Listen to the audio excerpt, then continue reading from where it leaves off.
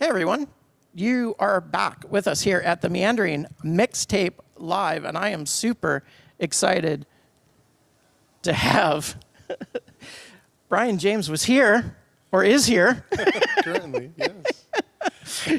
With us. We are again here at Miller's Carnation, and inside where you've played before, but you're on the big stage today. Yeah. And that show gets started at 7, and so there's still time. Come on down. Don't get distracted by watching this in your car, but come on down. And we're going to talk to Brian James here a little bit on the Meandering Mixtape Live. And I was going back through your biography, and you've got a wealth of work here in the Northwest. And I don't know if everybody understands that. You want to give people sort of a bit of background on who Brian James is and your kind of where you grew up and what your roots are here? Yeah, I grew up here in Washington, in Grays Harbor area. And I've always had a passion for music as long as I can remember. And I moved to Nashville around 2013 and had a wonderful experience out there. Worked for the Surefire Music Publishing Company for about 7 years. And then my dad got sick. He had a heart surgery, and the family was out of work for about 6 months. And so I came home and to kind of help the family out a bit, and a friend of mine said, "Hey, I need some help. Would you mind filling in for me at a winery?" And I said, "I'd love to." And so I went down and I played for this venue, and they said, "Hey, we're doing kind of like an industry night where we're going to invite a bunch of the restaurants and wineries in the area. Would you mind coming back and singing for that?" And so I said, "I'd love to." And then I sure did that, and then. Right after that, I started booking several shows in the area, and over the last 13 years since I've been home, 50 shows a year. Wow. Just playing in the area and just living the dream. Living the dream, and honestly, it's just being a community member, part of a community that's just trying to build the place we want to live. Be the change you wish to see in the world, right? Yeah. It's excellent, and I think one of the things that I found really interesting about your background is you're from the area, you're Northwest focused, you built your career here in the Northwest. Yeah. But I came across and maybe this is true, maybe it's not. And I'm going to meander away from the normal music questions for just a second, but I have to ask about your relationship with Wild Waves. Because I think I found somewhere that you said kind of your love of performance was traced back to a karaoke event at Wild Waves. That's incredible. I actually that was my first taste of an audience. My house growing up was always full of music. My mom sang, my grandpa sang, played piano beautifully. So I just assumed that everybody sang. I didn't know that there were people in the world that didn't sing. Until why don't you come sing karaoke? And I was a kid, and I'm standing there and I'm just shivering, holding, out there. And what I noticed was there was just like a couple of picnic tables and maybe sporadic people sitting out there, And then I started to sing, and by the end of the song, there was this big crowd that had gathered, and there were all these people watching and cheering. And I thought, man, this is really cool.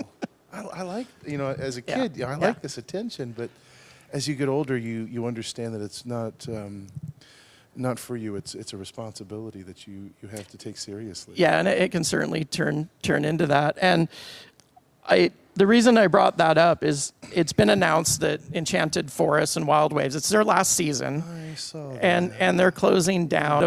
Of those of us that grew up in the area, that's kind of sad, and it brings a tear to your eye, even though I haven't been there in 20 some odd years. It's like, well, okay, I guess we know why. But has that brought up sort of some memories of how you came up in the industry and kind of rekindled a little bit of that love from your childhood, hearing that those places are going away? Very much so. I'm a big fan of ghost towns and places like that, because to me they represent a place that progress forgot. Yeah. And I feel like we're going to look back at this place that was kind of a Xanadu for us for a little while, or is it Xanadu or Brigadoon? Brigadoon, you know, where it was there for a while, and we were so lucky to have it while we did.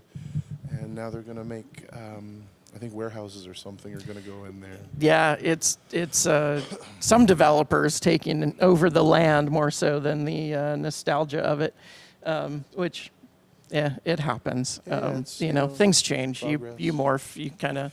You move on. I do love unfortunately, seeing it, though, from I-5. Well, You know, yeah, when you drive it's- by and you see the sidewinder, it's so cool. It's a cool place. yeah. And there's that exit, right? I mean, it's named, right? I mean, you know where you're Enchanted going. Yeah, Valley, and absolutely. yeah, A lot of it's memories there. it's going to be missed for sure for those of us very that got to much. experience it. Yeah, absolutely. Yeah. I always ask this question, bringing it back to local. And you've played Miller's Inside before, but welcome to the big stage, the summer concert series on the outdoor stage.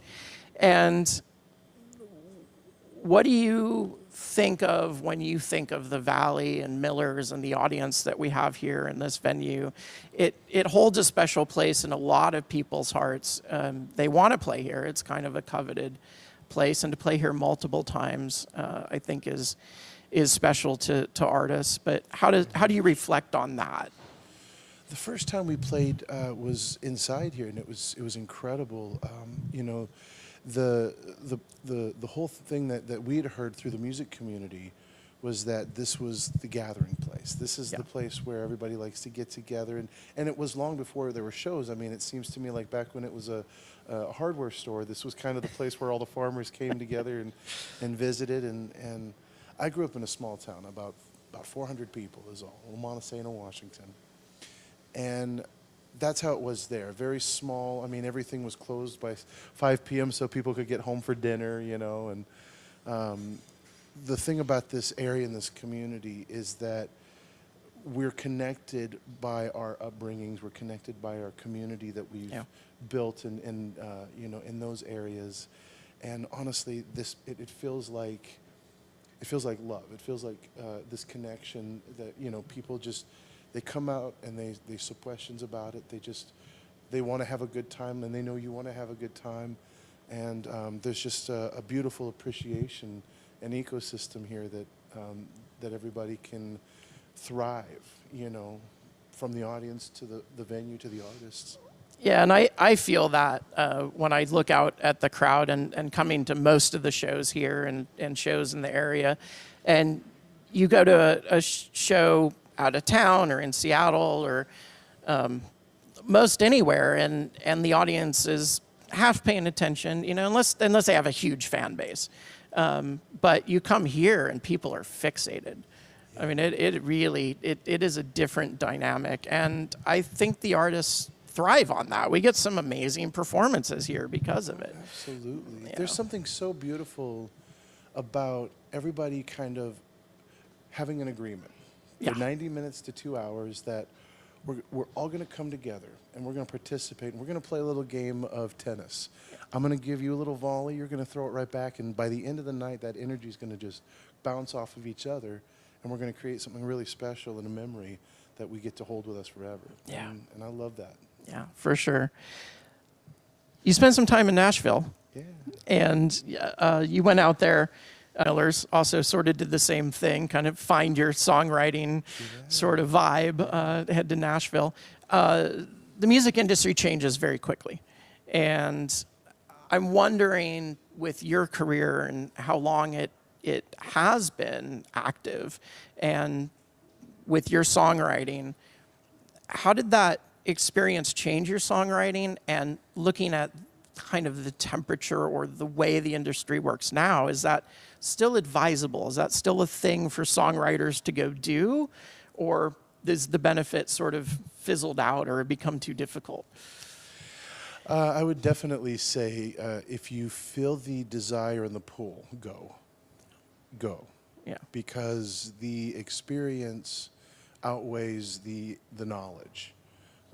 When you get into rooms with people who are experienced, excellent songwriters, it's a different conversation. Yeah. And so it allows, for me personally speaking, by being there, and I always have this saying, must be present to win. Yeah. You know, you've got to be in those rooms, having those conversations, digging deep, finding introspection, and, you know, really learning about the process of communicating. Because music, it's a form of communication. I believe it's what emotions sound like.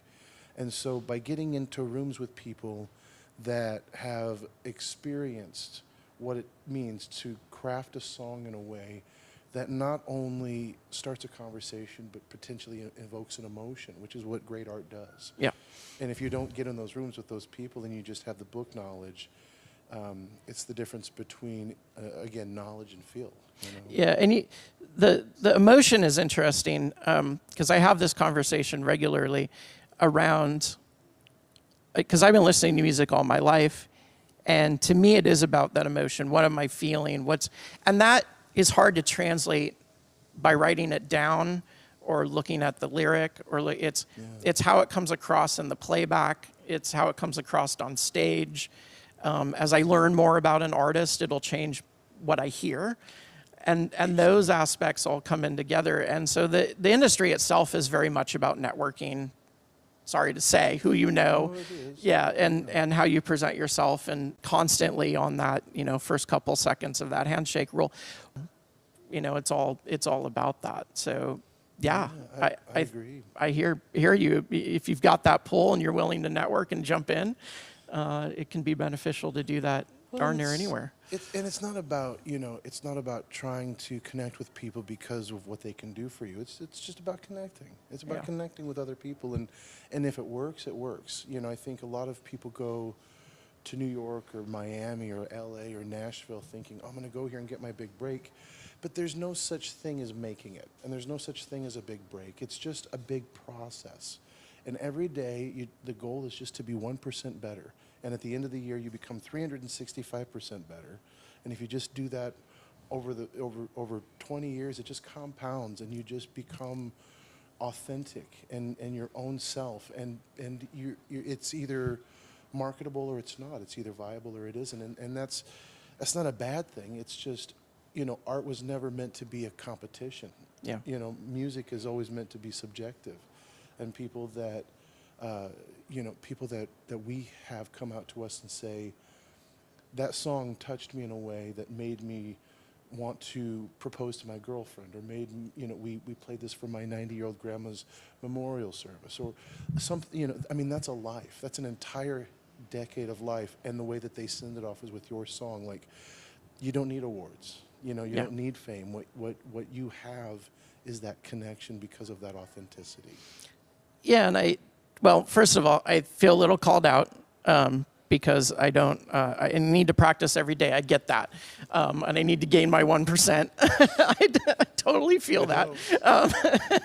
So thank you for the reminder. I'm going to pack up and go home and do that. But also, it really does come down to staying genuine to yourself and where your passion is and where you want your art to come from. And I think as soon as people lose that and they start believing that, well, this is what people want, you come off as not as genuine, and people stop resonating, and it slows down the progress. Yeah, and so very much what you said there to the art you want to produce. And the world's large. There's a fan base.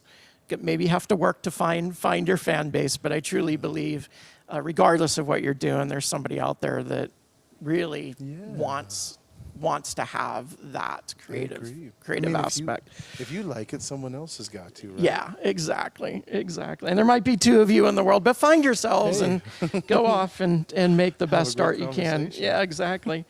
Let's talk about Wildflower, because we're approaching 2 years since that was released. And is there new material in the works? There absolutely is. Okay. So excited. Anything you want to capture, tell people? A new single called Premonition coming out next month in August. And we've been working on some new singles as opposed to an album. I feel like a singles give us an opportunity to really focus on what we want to say Yeah. and how we want to say it and give it the attention and production that it needs. Because when we did Wildflower, we had an amazing experience. But we did all of the songs in 5 days. We recorded everything top to bottom. I did all of the vocals for the entire album in 1 day. Yeah. So, I mean, we really wanted to give it more time, more effort, more attention, especially in a world where people are starting to gravitate more towards AI and AI artists. And not that that's a bad thing. I think, you know, great music's great music. But I think that there is a beauty in, again, that process of taking something that's in your head, writing it down, sharing it with other people, and coming together in a space for a moment of time to capture this magic in a room. And honestly, we've got about 5 singles that we've been working on, and this next one that's coming out, it's some of our best work, in my humble opinion. Excellent. I'm really excited about Well, I look forward to it. I had a chance to listen to the sound check, which we just pulled you off to do this interview, and it sounds great. The band sounds great. Thank you. Yeah, really excited for that. Can I get a little technical? Because I had to go back to the Internet Archive to find this, okay? When Wildflower came out, you had a Dolby Atmos mix that came out at the same time. And I was trying to acknowledge this, so you'll have to excuse me, let me indulge for a little bit. But I was trying to align, like, when Apple announced and when that album came out, and it wasn't too far after that. So you must have been working on sort of the lead up to recording and making those decisions as Apple and others were, you know, trying to tell the world that, yet we're going to have another surround format and everybody needs to buy in. How did that come about, that you decided to do a spatial audio or Dolby Atmos mix of that song? Man, I got to give 100% of that credit to the incredibly talented Mr. Jeff Ott over at London Bridge Studios. Yeah. He's so on the cutting edge of the recording aspect and that world. And when we approached him with the idea of Wildflower and told him what we were hoping to do, which is, the idea kind of came during 2020 to create an experience where people could basically put the album on and then consume it like they were at a concert. Like if they turned out all the lights, closed their eyes, like it would feel like they were at a concert. And so Jeff said, you know, hey, I've got this, it's kind of new technology, and I don't know if it's something that you guys would be interested in, but he's like, I'd be happy to help you mix it in Dolby Atmos. And so he had a space in his studio where he had the ideal sound like if you have the speakers and everything. Right. And it was exactly what we wanted, what Perfect, we were hoping for, where you know, it wasn't just mono or stereo. It was this full immersive experience, and now it's something that we were fortunate to be part of the first wave of all of that. Yeah, it was early, and cool. I don't think people realize that if you buy a set of AirPods or Beats and you attach them to Apple Music, the default setting is still spatial audio, and it's a binaural down mix. But I think most people are listening to spatial audio, and Apple's still pushing it. And I think there's still incentives for artists to provide Apple a spatial audio mix. Looking back on it, what do you think of that technology now? Is it something that's still interesting, or I think it's has it fizzled? No, honestly, I think that it's something that is being made aware of. I mean, there's so many things to demand our attention, Yeah. and I think that there's always going to be that person that seeks a higher answer than the one that's just the surface. You know, like, oh yeah, here's stereo. Okay, I like that, but what else is there? Yeah. You know, there's always that person, and you know, I honestly believe at some point, you know, I went to like a laser light show. Yeah. Where they played the entire Lizzo album, you know, with the laser lights. And that would be an incredible application. I can see venues creating nights around, you know, music and albums, and then using that type of technology to create the full immersive experience. For sure. I mean, when I got to see Pink Floyd, well, depending on what you believe true Pink Floyd is, but up at BC Place, and it was Delicate Sound of Thunder, I believe, and they were still putting speakers up in the stadium so they could spin sound around in a stadium show, which requires a budget, but I mean, it can be exciting. It can be very different, and I think it gives you another tool just to give people a different experience. Yeah, absolutely. I think for musicians like us, you want to convey what you're feeling. You want to make sure that they hear it in a way that you hear it, because you love it so much and you're so passionate about it. Just like anything you feel that way about. You want the world to know about it. You want them to hear about it. You want them to experience it for themselves. And so I think the more that we create and keep working on that type of technology, the kind of damage that the MP3 did early on in the early 2000s, you know, it'll change course a bit, and I think people will rediscover a new appreciation and love for the craft of music. Yeah, long live lossless audio. Stop listening to compressed audio. Absolutely. Which I think is also why people love vinyl so much, is, you know, a lot of the vinyl mixes are very different than what you hear on digital streaming, and it peels back some of those layers and some of those loudness wars and some of the other things, because you just can't do that on vinyl. It's not playable. Right. So it really forces people to come back and sit down. And really listen and interact with the music again. Yeah. So I'm all for it. We can wrap up, or I got one more for you. Okay. So I found, since we're back almost in football season, right, the video of you singing the national anthem back in 2017. And the reason I bring that up is, one, I think we swapped hairdos. I think so. Did you have short hair back then? I did. But the second, it's stunning, stunning rendition of the national anthem. And, you know, that was sort of an exciting time for the Seahawks. And, you know, getting on field and doing sort of those events. And I think it again, pulls you back to your Pacific Northwest roots. Very much. What was it like getting a chance to do that and getting the call up and oh man. Yeah. That was it was an incredible experience. It was around the time when players had been taking a knee, you know, before the games and during the anthem, and so there was a lot of attention on it all. And the Seahawks were doing I believe it was Monday Night Football, so it was going to be nationally televised, and they wanted to televise the anthem, but they didn't have anyone picked out for the version or to sing it, and so I guess the folks there at the front office, they were asking, you know, do you guys know anyone that could, you know, a strong male vocalist that could come in and sing the anthem, and I believe she was an intern at the time, but a gal that had seen me perform at another venue that she worked at said, well, have you guys heard Brian James? I think he might be a good fit. And so I was on the road, and they emailed me and asked me to send them a recorded version, so I just had my iPhone.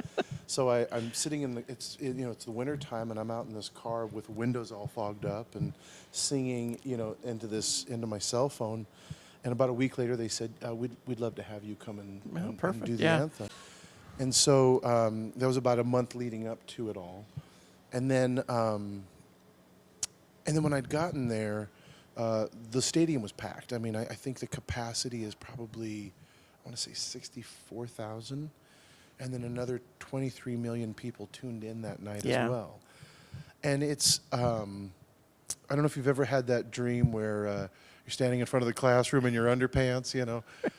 but it is very much that attention. You feel that all of that presence on you, because when I went out on the field, they had this little platform, and I got up on the platform, and they said they're going to announce your name, and as soon as they announce your name, then you start singing. So they announced my name, and it kind of echoed, and all of a sudden you could hear a pin drop. Yeah. And everybody was watching. Everybody was staring at 23 million people on TV. So I look up, and there is this big jumbotron kind of thing, and I just see the silhouette of a guy going, yeah! And it totally loosened me up. And I just started singing, and then when I got done with it, everything that you hear about the 12th man is so true. Yeah. Because it was so loud. It went from cheers to just one tone. Yeah. Like but it was just like this booming. I don't know how they communicate with each other on that field in that environment, but boy, for a moment there, I felt like a Seahawks player, and it was incredible. Yeah, excellent. And that is not an easy song to sing. It's a tough one. It's a tough one. And again, if you've not seen that video, it's one to check out, because it is, like you said, it was sort of an interesting time to do the anthem nationally televised, and I think you nailed it. Thank you. So Thank you so much. It's worth seeing, and thanks for keeping it on the Brian James Was Here YouTube, because that's how I found it. Yeah, of course. Well, anything else you want to tell the people out in the worldwide internet of things? I would say, check out our albums, check out our music, support live music, go out to shows, support these incredible venues that work tirelessly to curate talent and artists to come in and make sure that folks have a good time, and check out our website for more information on where we're going to be playing those shows. Yeah, and how can they do that? Because you've got a QR code on cans of beer. Yes. You've got That's right. You've got plenty of ways to get a hold of you, which is great.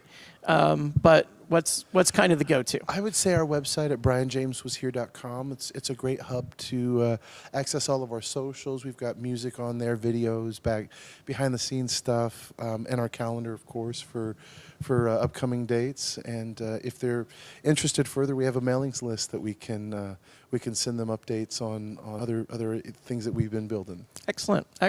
Well, this has been, I think we will go ahead and wrap up, because what else I got on my note? Oh, time to go get a pastrami, I think. Yeah. So come down to Miller's. There's still time to get in. It looks like they have let people in. We can see the line was still out there when we started. But yeah, it'll be a good time tonight. Full band's out there. They were rocking. Paul's here doing sound again. And you still have time. So I think that's it. This has been the Meandering Mixtape Live, and our continuing live series here at Miller's, and maybe elsewhere. Who knows where we'll pop up live. But thank you so much, Brian, for everything. It really was so much fun to meet you earlier and have a chat, and now this. And so we'll sign off and wave to everybody, and till next time.